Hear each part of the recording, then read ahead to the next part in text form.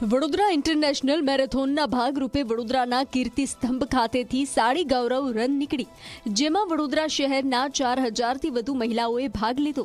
બહેનોએ વિવિધ પ્રકારની સાડીઓ પહેરી અને દોડ લગાવતા વડોદરા શહેરના રસ્તાઓ પર રંગબેરંગી દ્રશ્યો જોવા મળ્યા હતા।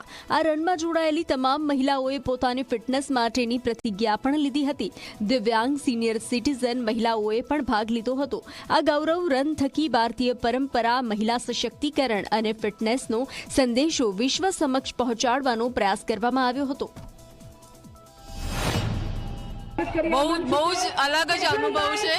અહીંની વાઇબ જ અલગ છે અને આઈ થિંક ફ્રીક્વન્ટલી આવું આયોજન કરવું જોઈએ। સાડી સાથે દોડવું અને એક પારંપરિક પોશાકને એક મહત્વ આપવું, સાડી આપણું ટ્રેડિશન છે અને એને મહત્વ આપીને આવા આયોજન બતાવે છે કે લેડીઝ જે સાડી રેગ્યુલરલી પહેરે છે એ પણ ફિટનેસ માટે કરી શકે છે, પોતે બહાર નીકળી શકે છે। એ જરૂરી નથી કે સાડી સાથે ટ્રેક ટી શર્ટ સાથે દોડી શકાય, સાડી સાથે પણ આપણે ફિટનેસનું ધ્યાન રાખી શકીએ છીએ।